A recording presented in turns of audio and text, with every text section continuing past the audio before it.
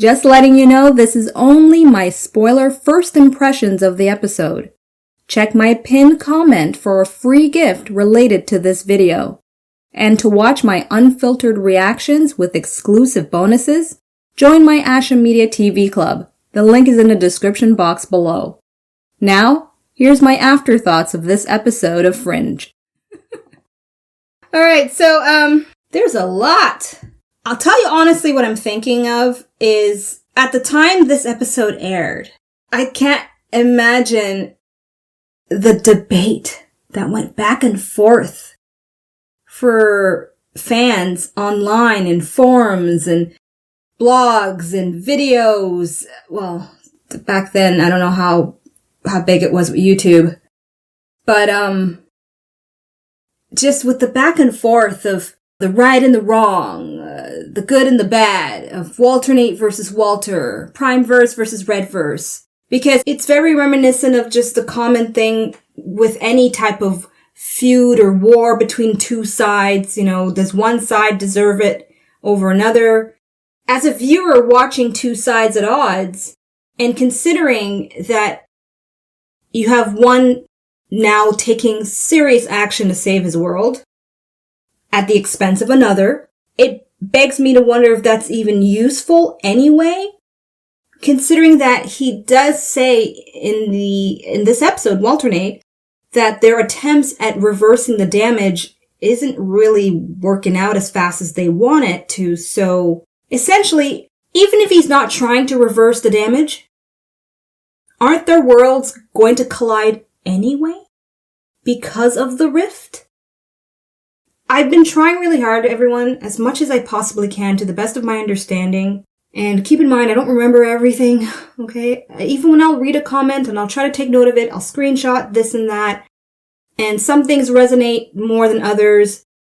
And, you know, there are users who really try to remind me a lot on things. And at this point in time, as I'm recording this and verbalizing this to you, I'm understanding that both worlds would eventually fall apart regardless of anything.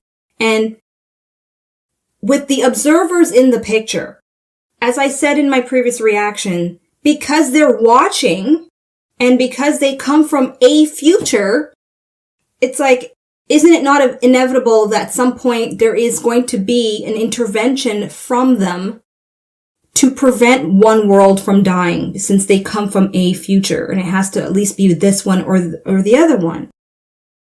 Because there are some of you who've left a comment saying there are no other universes, there's just these two for the show. Now, I'm not going to go into the whole debate of, that was a spoiler, because it was left there, so my moderator trusted that it wasn't a spoiler comment to read. So with that, there are 2 more episodes to go. This is me trying to rein myself in. You're watching my journey as I try to do this, and I'm being as transparent as I can. Let me rein it in, alright? There are 2 more episodes to go. In this episode, this war is at a peak. Both Walters are desperate. Both Walters are trying to do the right thing to what they believe, as Walternate said, to their ideals. We've got Faux Olivia, who has made somewhat of a sacrifice to try to go back to the other side and save Peter. And that's a very fascinating parallel. So it's like the Olivias of both universes are all about saving Peter and willing to go the distance. That is for sure. At the expense of leaving her son behind, but in the care of someone she trusts. So that I'm connecting as a dot there with Lincoln. All right. Then we have Samwise, who is of the first people with all his knowledge, and we'll see what that means and how that's going to work with the machine. If anything I will say, take away from this episode at this given point in time is this whole thing with Peter and his destiny with this machine. It's interesting now to recognize this double-edged sword, in a sense, of me as a viewer watching a series that has already wrapped up with 5 seasons, and there are 2 more to go. And I'm not going to go and spoil it for myself by, double checking if Joshua Jackson is featured in the next 2 seasons, but I have a hard time believing as a co-lead or is he a co-lead or just is he considered supporting? I'm not sure. Or I think Anna Torv was considered the main lead, like just officially on paper kind of thing. Anyways, it doesn't matter. The point is, as another major character in this series, I have a hard time believing that, like, he's gonna be gone for the next 2 seasons. Well, that's the case. And if they make it a valid story, that would be quite shocking and surprising, but I highly doubt it. But at the same time, now I'm worried that might be the case. Because, William Bell. Oh boy. Okay. Well, because now I'm thinking, if you have William Bell that's gone, and Leonard Nimoy's a reoccurring. Alright. Won't go down that track. Point is, I believe there's going to be a twist that's going to make Peter be fine. That's essentially it, okay? He'll be fine, and Joshua Jackson's going to continue on in the story. Now, how they're going to save their worlds, because, season 3 out of 5, and then we've got worlds colliding. I'm just going to throw out the wacky theory that just seems plausible at this moment, that whatever Sam is going to do with this machine will save the day. Will save everything. Well, that's what crossed my mind. Sam's going to do something with the machine, and it's going to be what Walternate and Brandon were trying to achieve, where it reverses the damage onto Primeverse and perhaps reverses the damage in the other universe. And then at the end of season 3, both universes are repaired. As if the rift didn't happen. Well, it did happen, but it's healed. And things are back to normal. Enter season 4. With 2 universes. And then we just keep playing with double stories, which I think might tie in to Peter finding out about his son, giving them that bridge between the 2 universes to continue for another season. Yes.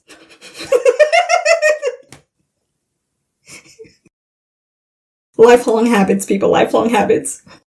Not easy to kick away. So yeah, I just have to get that out there. That's what I'm thinking. Okay. Let me pick a favorite scene. There's so many good ones. There's shocking scenes, surprising scenes, and I've already uttered them out loud, so I don't want to be too repetitive on that. Peter getting shocked the hell out was one. Olivia getting caught when I really was thinking she was going to really do it and go on the other side, because that symmetry alone between her and our Olivia, that would have been genius to see. So that's surprising, but in terms of favorites, I'm torn between Walter's prayer to God, mainly because when he brought up the white tulip, immediately I was like, well, technically, one side could say it's not God, it's just a scientist that played around with time travel and you just don't know it. And the other side I can argue, well, God could have used that scientist, God working through humans, depending how you define what God is. Right, these are all sub-layers of conversation, okay? So that scene, I'm torn with that scene. And believe it or not, here's the sentimentality aspect of myself I'm sharing with you. The scene with Peter and Olivia in bed, talking, where she's just telling him why she loves sunrise, and that's the favorite part of her day. I love them as a couple, so on a sentimental level, that's one of my favorite scenes. You know what? I'll just say both of them are my favorite scenes. 5 Ashamojis, by the way. I thought I said it, but I didn't say it. Yeah, it's 5 Ashamojis. Because it was a beautiful roller coaster ride. I can't think of any. Well, the only thing I will say, this was again fast-paced editing. Very similar to the finale episode of season 2.